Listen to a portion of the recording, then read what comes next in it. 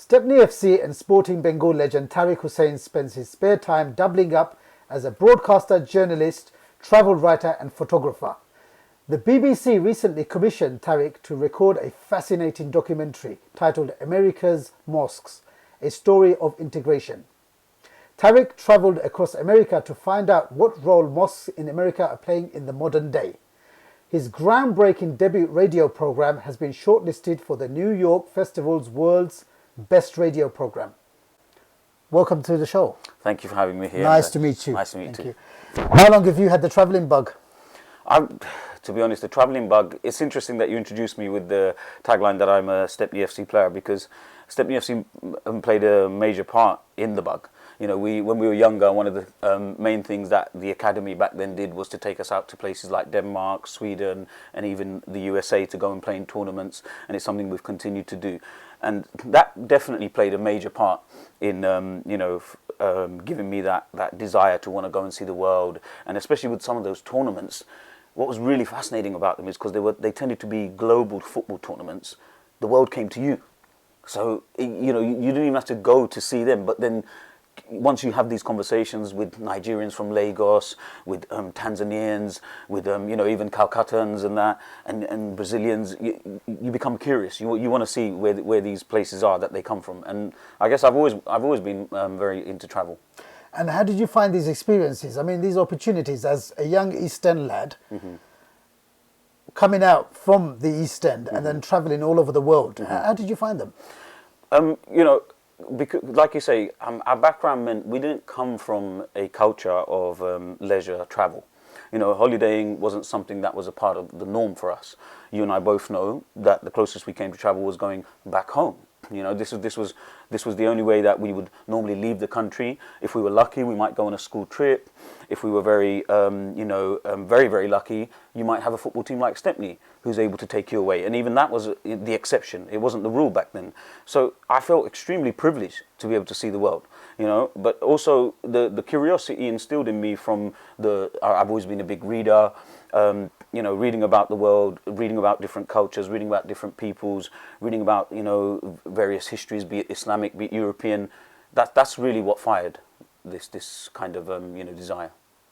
I'm going to fast forward now to 2015 and 2016. So recently you were commissioned by the BBC. You did some work producing for the BBC, a fascinating program, as we just mentioned in our introduction. Tell us about your travels in America. So the way that I ended up working on this particular documentary was that I was actually on a trail out in the Baltic Sea. And when I was out there, I discovered that there is a tiny little Muslim community that has been living there for almost 600 years. And without going into detail about that, what then happened is I discovered that some members of that community had joined the mass migration that the USA saw at the turn of the last century, and they'd gone and built a mosque. Now it turns out the mosque that they built is now the oldest surviving mosque in all of America. And my journalistic work ended up on the BBC News magazine, and through the success of that particular article, I got a lot of attention from a variety of individuals, and one of them happened to be a radio producer, and he said to me, Tharik, you're doing some fascinating stuff with this Islamic heritage. I'd love to work with you and do something possibly on radio. And so we had a conversation in a cafe somewhere in Soho. 5 days later, he's telling me the World Service is interested in me going and doing something in America. And the program itself is actually split into two. So we had a two-part program. The first was to look at the history of Muslims in the USA, but using the actual mosque that I just told you about, as well as one other mosque built in Iowa by Syrian Lebanese people, and explore their communities. And then the second part was fast forwarding to the modern day and looking at the variety of masjids out there in the US right now. And amazing work. I've listened to the documentary myself many times over. Shared it with friends. It's had a big following on social media as well. Indeed. And to you it might be a surprise. To most of us it wasn't. But you've received quite a lot of recognition for this. Indeed. So shortly after I filmed this, shortly after we recorded this, obviously it was my debut radio documentary. I'd never really worked on radio in that way. I'd been interviewed on radio and whatever, but never actually been a presenter on radio. And so, it was obviously something that I was quite nervous about. I wasn't sure how it would be received. But as you say, it was extremely successful. in the first week, I got an email from both the head of PR at the BBC and the commissioning editor, telling me that they were blown away by how we'd managed to produce this particular documentary. It became the podcast of the week for the BBC World Service. So in other words, it was the biggest download on the BBC World Service around the globe that particular week. And then my producer was so impressed with the outcome that he decided to enter it. Not telling me, he decided to enter it into a radio festival awards ceremony. And it turns out, I found out last week that it's been shortlisted for the finalists. And this is the New York Festival Awards. That's right. And what does this say about the work that you're doing? How do you feel? Well, the New York Festivals Awards, radio awards, is something that, in all honesty, because radio isn't traditionally my medium, I wasn't aware of. But now that I've looked into it, it's a global media awards ceremony. Global media awards. They do it in a variety of categories. Radio is one of them.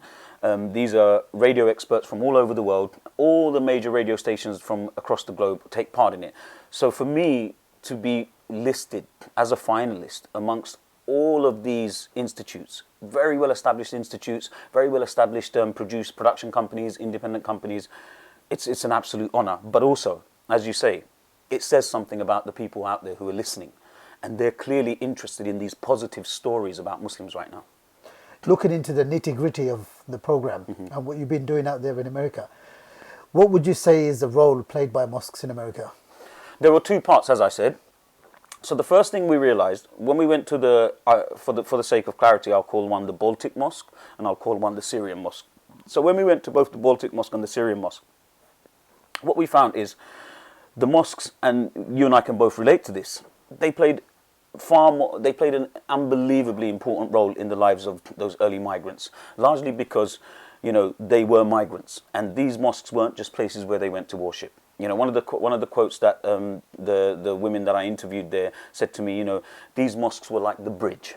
They were like the bridge for the people that arrived.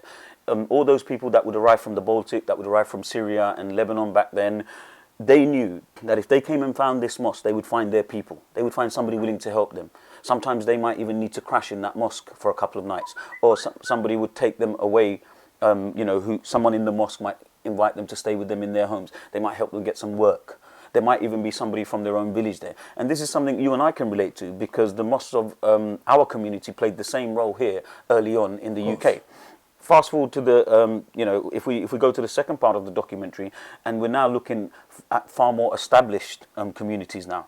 And the mosques have taken on a slightly different role. We covered 4 mosques in particular for the second part. One of the ones we covered was a mosque that was originally established by the Nation of Islam, and it was funds were raised for it by Malcolm X, who of course is a very famous Muslim that many people are aware of. And the reason we looked at that masjid is because it went from a Nation Islam mosque into what we might call mainstream Islam. So there's a story of going from being quite exclusive, only black people who are part of the Nation of Islam, to quite inclusive people who just call themselves Muslim. It doesn't matter about color, race, or any of those things. And then we looked at a different type of mosque completely, where it was primarily converts, and a lot of them were white converts, to be quite blunt. But what was interesting about this mosque was it was very much a part of the Sufi tradition. And Sufism has taken off in a huge way in America. Rumi is one of the most popular poets in the USA, and it was no surprise to find that they took a lot of inspiration from Rumi. Now, this particular congregation, we didn't look at it as a mosque, we looked at it more as a Sufi lodge. This particular congregation is actually led by a female, white female. So that made it quite interesting. But the other thing was, you could attend their services, you could attend their dhikr, their sessions, regardless of faith. Regardless of what your background was, what kind of religion or faith or beliefs you had, you could come in and join in, and that was a really fascinating example of how many Muslims are embracing this pluralistic way of looking at their faith. Then we had the third one, which was the development of a masjid by relatively young professional children of either first or second generation migrants. Now that was quite interesting, because that's what you and I are. And so for me, that was a really fascinating mosque to visit. It hadn't actually been built. But the philosophy behind it was really, really interesting, because they came from a lot of the mosques that originally carried what you might call a lot of cultural baggage. Now, you and I are originally from Bangladeshi heritage. We know a Bangladeshi mosque when we see one. There's no denying that it is a Bangladeshi mosque. Now, what a lot of these young people were saying is, as they were embracing their American identity increasingly, they were finding that these mosques were not fulfilling their needs in the same way.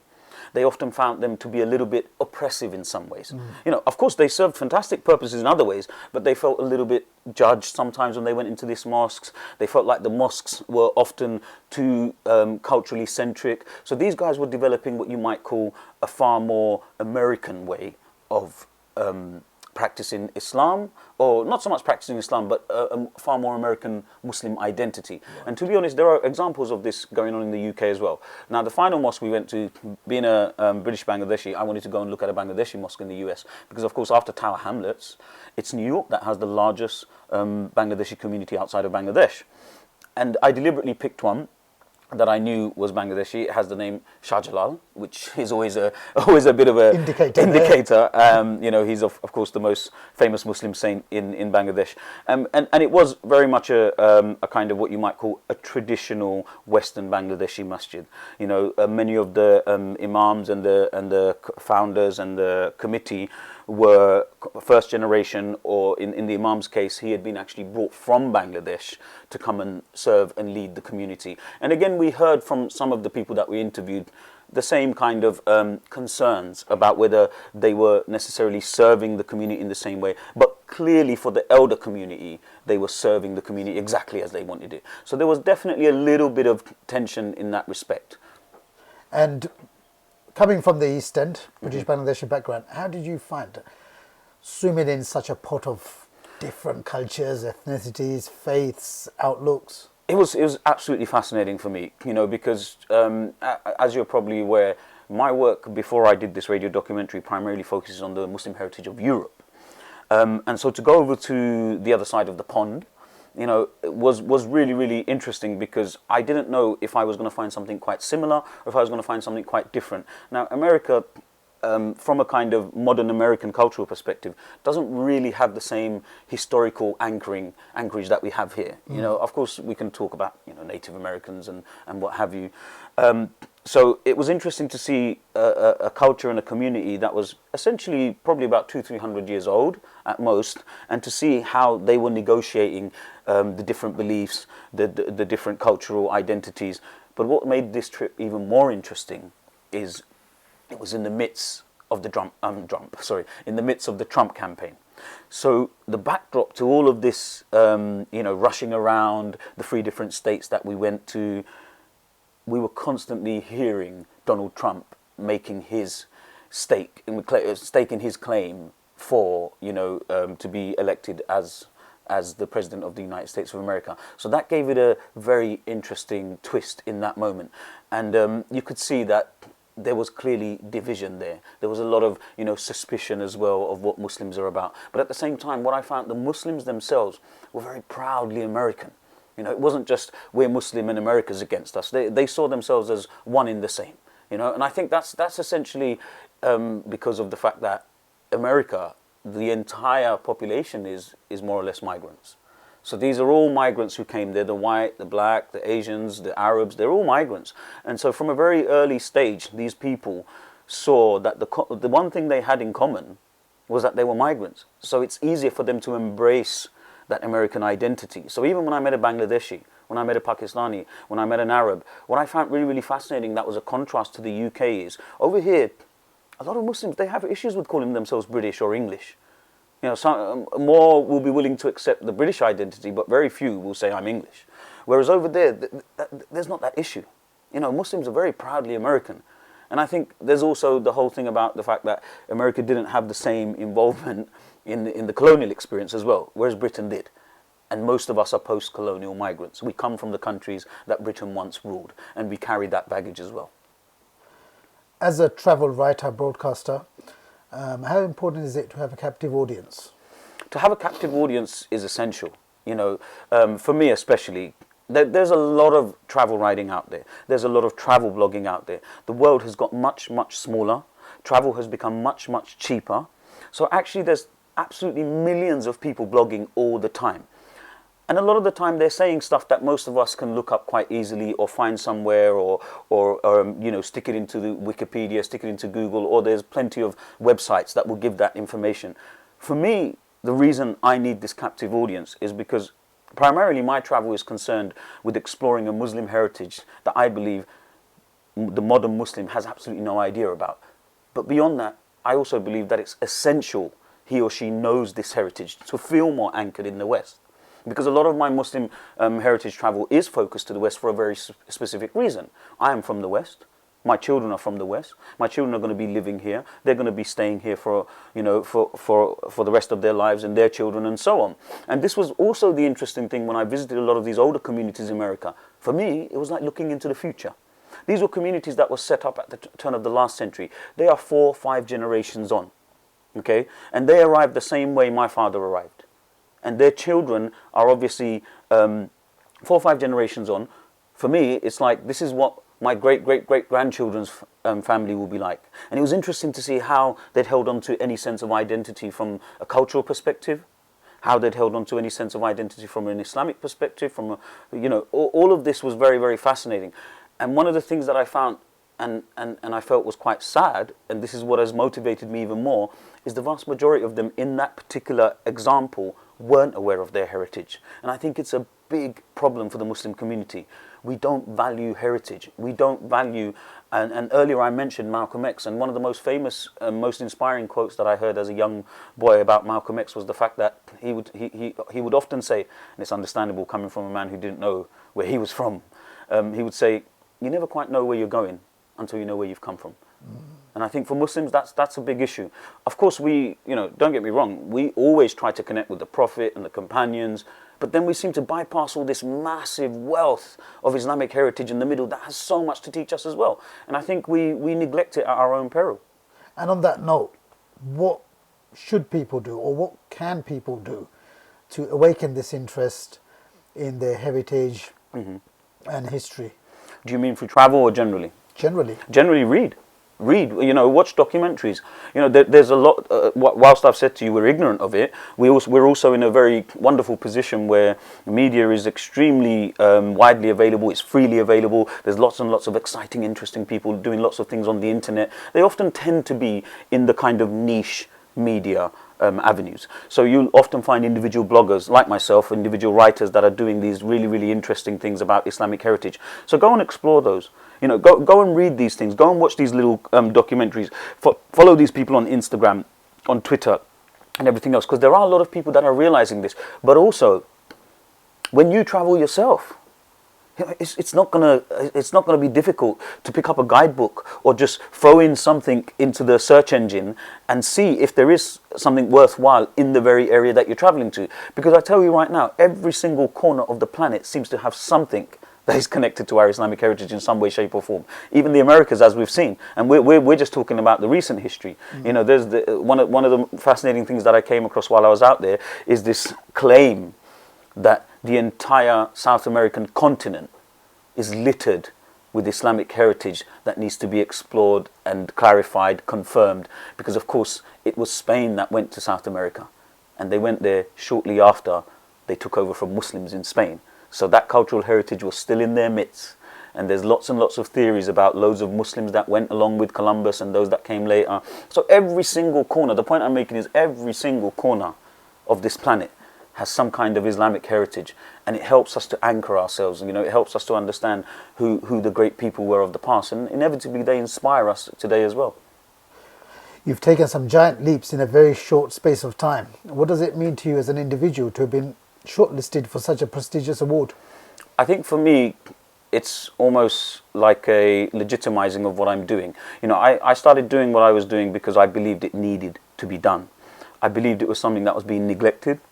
I felt like it was this massive void in, for want of a better word, our identity or our understanding of Europe. This is where I started with Europe.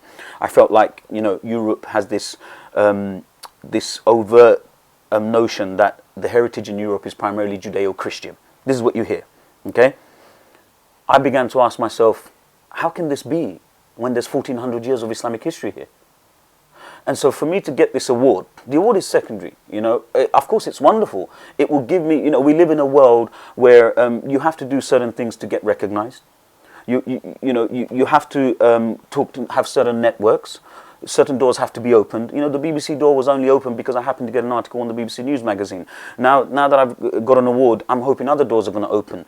And really for me, it's just about acquiring. What's really important off the back of this award is that it's about acquiring those platforms that I really want. I'm desperate to put this stuff onto a platform where people are going to enjoy it, and people are going to learn, and people are going to be inspired to explore their own heritage. And I'm being very specific when I talk about people. I'm talking about Muslims in the West.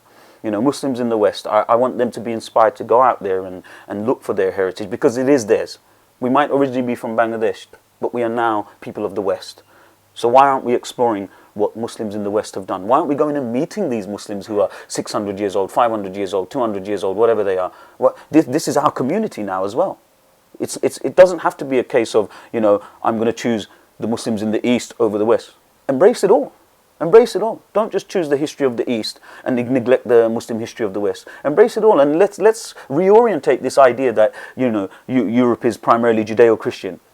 You know, everything I've looked at tells me that Europe's culture, identity, its notions of free market, its notions of liberty, freedom of speech, they were all developed with the help of Muslims.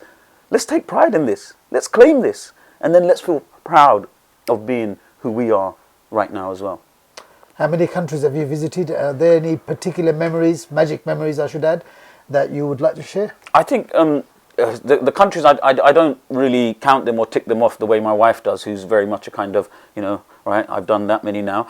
But they're obviously bordering close to the 100, you know, now. And because a lot of the focus has been in Europe, I've gone out of my way consciously to cover the continent. And this summer I'll be finishing that, literally ticking off the entire continent. And that's because of a specific agenda. I've also done tons of North America, parts of Asia, the Middle East, and the Americas, as you've heard.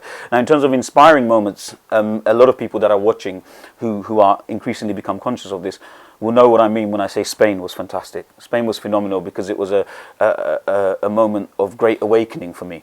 You know, just before I turned up in Spain, and I'd actually visited Spain even before that, but I knew nothing about this stuff. Just before I turned up in Spain, I became aware of the, you know, phenomenal Islamic history that took place down there, often written in history as the Moors, you know, for want of a better word. But of course, it's essentially Islamic history. In many ways, it's a continuation of the first family dynasty we see in Islamic history, the Umayyads.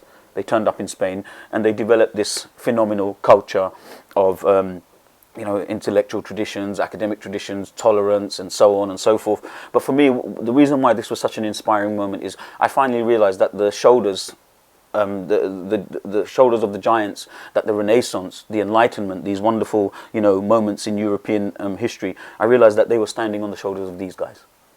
And so I legitimately felt like this was my heritage as well. I now feel like the European Renaissance, the Enlightenment, all of these things are mine as well. And to take ownership of all of these things, I think, is what helps a lot of young Muslims in the West feel a lot more, and not just young Muslims, every Muslim in the West, feel a lot more at home at being British, Western, European, all these identities that we struggle with at the moment. Well, I think I know the answer to this one, but what comes first, football or travels? Well, clearly once upon a time it was football. But nowadays it's travel, and you know that from the recent trip we did, yes, where although we were out there for football, I clearly wanted to marry it with some, you know, travel, some cultural excursions, and some Islamic heritage. And obviously you recently travelled with Stepney Football Club, Indeed. Myself included, Yep, to Morocco. We had a memorable week out there. Just care to enlighten us about what you did out there in a nutshell? Yes, so again, you know, one of the fascinating things about Morocco is its proximity to Spain. So, in fact, the history that I just spoke about in Spain made its way over from Morocco.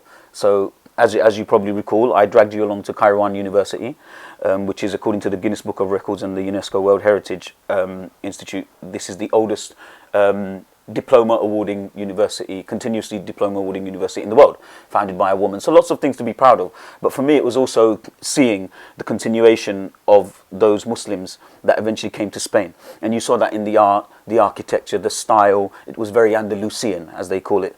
And, you know, we even had a direct connection where the actual minaret of the Kairouan madrasa, as they call it, or masjid, was something that was built by one of the one of the emirates in Spain. He actually built that. So there was this wonderful exchange, and the other place that the other person that we went on the hunt for was the phenomenal medieval Jewish scholar Maimonides, known as the second Moses. Yes. And we went and found his house. Unfortunately, we couldn't get in because somebody had sold it, and is clearly going to make an absolute mint out of it. But Maimonides, of course, is interesting, and I explained this to you on the journey as well. What I love about Maimonides and the Jewish community of that era is it typified how early on Muslims really embraced the Islamic, and the Quranic spirit of coexistence, of tolerance, of acceptance. The Maimonides flourished initially in Spain because there was a culture that had been created and a society that had been created by Muslim Spain that allowed anybody, just like we have in our society today, a meritocracy. Anybody who was intelligent, anybody who worked hard enough could really rise right up to the higher echelons of society. And Maimonides did. He became a phenomenal scholar. Later on, he goes on to become the personal physician of another great Muslim figure in history, Salahuddin, but that's out in Egypt. Now, Maimonides' arrival in Fez is another interesting face of Muslim culture as well, a sadder one. Because the reason Maimonides left is because we had a very intolerant group of Muslims make their way over to Spain and effectively dismantle this culture of, coexistence that I spoke about earlier. So in Maimonides' story, we see the beauty and the beast of some of our, Muslim heritage. And it was evident out there, wasn't it, when we mingled with the local Moroccans in the market? Indeed. How proud they are, yes, of this heritage there. Indeed. Which brings me to my next question about integration, coexistence, integration. Are Muslims integrated? I think that question is quite a difficult one to answer. Firstly, because the word Muslim suggests we are one kind of monolithic group of people who all behave and act in the same way. And you and I both know that's not the case. We have a whole variety of Muslims. The mosques I visited in the USA give you that. We have Muslims who are very culturally centric with the Bangladeshi mosque over here, and at the other end of the spectrum, we've got a white woman convert Muslim leading a group of people of all faiths, of all persuasions, including all different sexual persuasions, which Muslims at this end of the spectrum may have an issue with. So Muslims aren't the same, firstly. Okay? Are they integrated? That all depends on where they are on that spectrum. So some of them will integrate only as they see fit or necessary, whilst they will keep quite an exclusive nature about their own community and their own kind of norms, and some people will deliberately detach themselves from that. They will only engage with the local the wider society as much as they need to. Now, I think in the UK and in the West, that's decreasing at a rapid rate. And I think actually, when I go around the UK, when I travel around Europe, I find phenomenally integrated Muslims. And I'm bringing it back to Europe because I want to talk about these Baltic Muslims. So here we have Muslims who arrived in the Baltic, Lithuania, Latvia, Poland, Belarus, 600 years ago through a phenomenal story that can be told another time. They're completely integrated. You can't tell one from the other. You wouldn't know them. I mean, I say you wouldn't know them. The Baltic Muslims are in fact Tatars. They come from that whole kind of Mongol race. So clearly they have a certain facial features that can make them quite distinct. Yet they had completely integrated into Lithuanian society. They had completely integrated into Polish and Belarusian society, and of course when we go across the way into America, and they'd retained their proud identity as Tatars and as Muslims. And this is the challenge we face as Muslims going forward. Many of us are migrant Muslims. We're very proud of our roots. You're a very proud Bangladeshi. I'm a very proud Bangladeshi. And sometimes we feel like interdependence of that. Along the way, other things have happened to them that have meant they've lost things. So, for example, the Baltic Tatar story, in the 18th century, they lost their language. And this is something that happened because of isolation from the rest of the Tatar world, but also because sometimes if it's not a living language, if you're not using it in your daily life, it's very difficult to retain that unless you go out of your way to set things up. But to go back to the question without digressing too much, yes, Muslims are integrating, but unfortunately there are a small minority that don't wish to integrate, and they have their reasons for that. You're a celebrated journalist. People will be looking at this interview. They've read your articles before. They've listened to the documentaries. They'll be thoroughly inspired by what they've seen. There may be some on the fringes, not taking up the pen or not blogging. You know, there's so many mediums that we have at our disposal now. How can budding journalists, authors, travel writers take inspiration from someone like yourself and work towards using their God-given skills for the common good? Indeed. They live in a wonderful age. You know, one of the other, one of my other hats that you didn't mention is that I'm a media teacher. Yes. So I teach kids all the time about this wonderful new media, much of which I don't even understand because it moves at such a rapid pace. So whilst you and I, in the main, we're from the old school of journalism. Yes. You know, we used to pick up the pen, carry a notepad around, maybe even learnt shorthand writing to try and, you know, make our notes and whatever.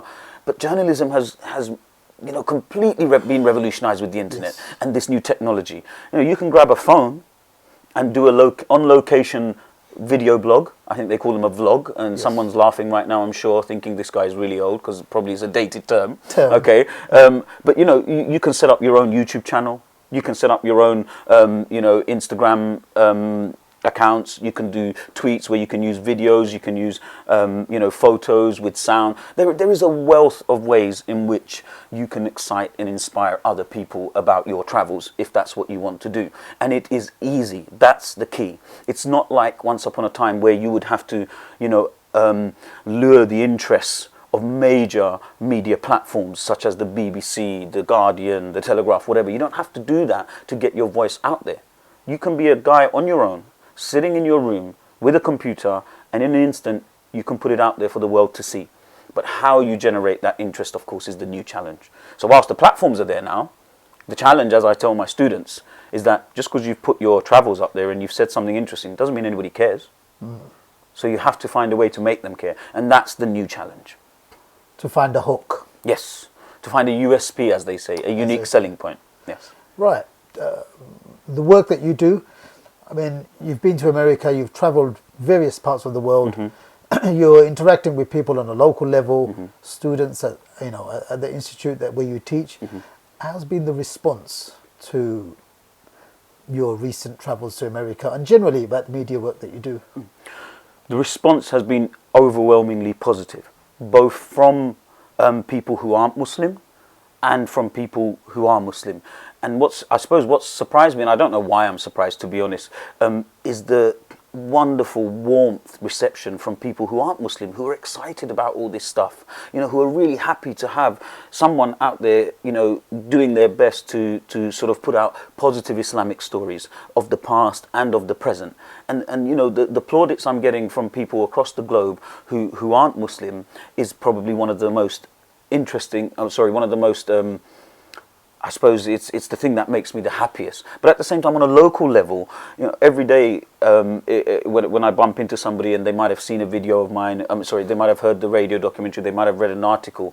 It's wonderful, whether it's my social media or on a personal level, when they say to me, I had no idea, you know, man, I can't wait to go out and see this place. You know, before I go, you have to tell me where to go, and you have to do, and I'm getting people now contacting me and asking me, you know, I'm about to pop off to Spain. What would you suggest is the best place? I'm going to go over to Eastern Europe, or I'm going to see this. And I think clearly, you know, I'm achieving at least on a local level what I set out to do, which is inspire people to go and see this stuff and connect with it. You started off as a backpacker. Indeed. Is that the best way to travel? I think it is the only way to travel. And the reason I would say that, it's not the only way to travel. Of course, we can travel in various ways.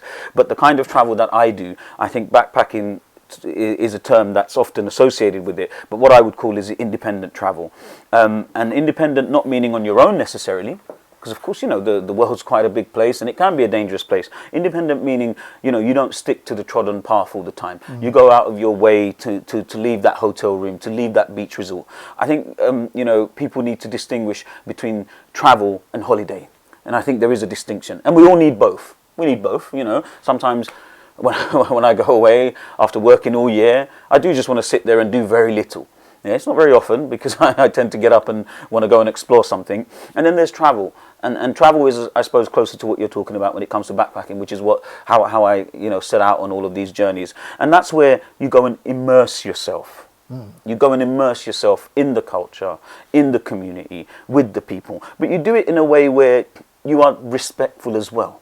You know, you're not going there like, and I'm going to use Bangladesh here because most of us have that in common. You don't go there with your Gucci glasses, your Gucci trainers and your Armani jeans and float around the slums and think that that's travel. That's actually quite disrespectful when you think about it. You know, these people are beyond poverty. This is absolute poverty.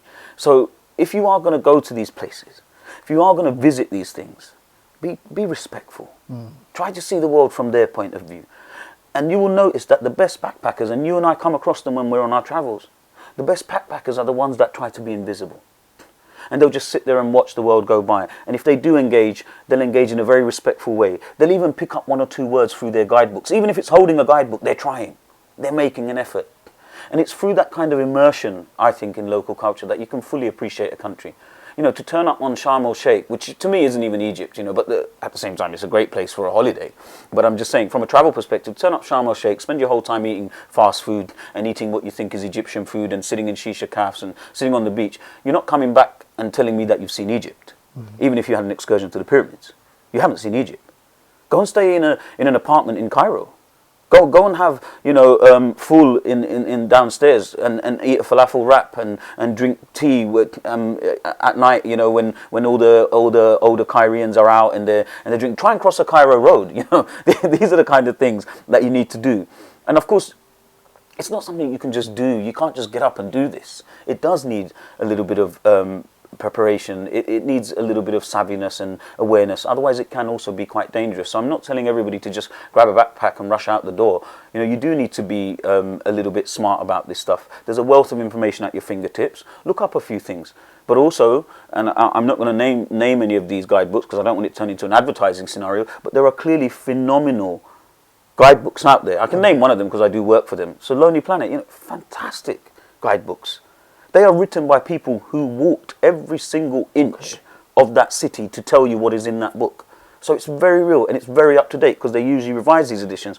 One of those books will give you more than enough information to be safe, to find at least a taste of localized stuff, and to go off the beaten track because they pride themselves on doing that, on providing that in their guidebooks, and that's one of the reasons why I'm consciously making a decision to work with them, because they're one of the guidebooks that really inspired me. And there's others, you know their names as well, that are out there. Pick these up, you know, have a flick through them. And if they're not your thing, read a blog, watch a vlog. You know, so there are people who are doing vlogs and they'll say this is a great place, don't go here, don't go there. I know reading isn't big with our youth today, but you know, there are mediums out there where you can get the information that will make it easier for you to really travel. And I understand you have a Baltic experience planned? It's a Balkan one. The Baltic one is the one I've done. So this is the Western Balkans. So as I said to you earlier, because I'm actually writing a book on these travels as well as doing all of this. So my hope and ambition is, after I've done this trip, I will be really in a position to sort of thrash this book out. And it's essentially all my travels across the West, exploring what it means to me to be European, to be British, and all these kind of identities I spoke about earlier, and how these travels have helped me, you know, make sense of it. So to tick off the last 6 countries or so, I'm off to the Western Balkans, which is primarily Bosnia, Albania, Kosovo, Macedonia, Montenegro, and Serbia. And I always travel with my family now as well, because of course I like to take my kids along to see a lot of this. They sometimes sit in on interviews when I'm interviewing Muslims. My wife is sick to death of wandering around ancient cemeteries where I might find a Muslim grave, so she tends to just go and find a coffee shop now. But they're coming with me. We're going to be out there for a whole month, and we're going to be traveling around the entire 6 nations that I've just mentioned, and focusing, of course, a lot of it on the Islamic heritage, but with my family, they were also going to be enjoying a holiday as well. So we're going to try and balance the two. I'm sure it'll be amazing. We want to wish you the best of luck with the upcoming awards. Thank you. And lastly, Tharik, you've got a travel blog? Indeed. And a website as well. So anyone who's interested in following my travels, following my work, and you know, listening to any of the forthcoming radio documentaries as well, you can go to www.tharikhussain.co.uk, which is my personal website, spelled THARIKHUSSAIN. Or if you want to follow specifically the travels concerned with Europe's Muslim heritage, I have a blog, which is www.europeanmuslimheritage.com. www.islamic.eu. I'll see you this time next week. Stay safe until then.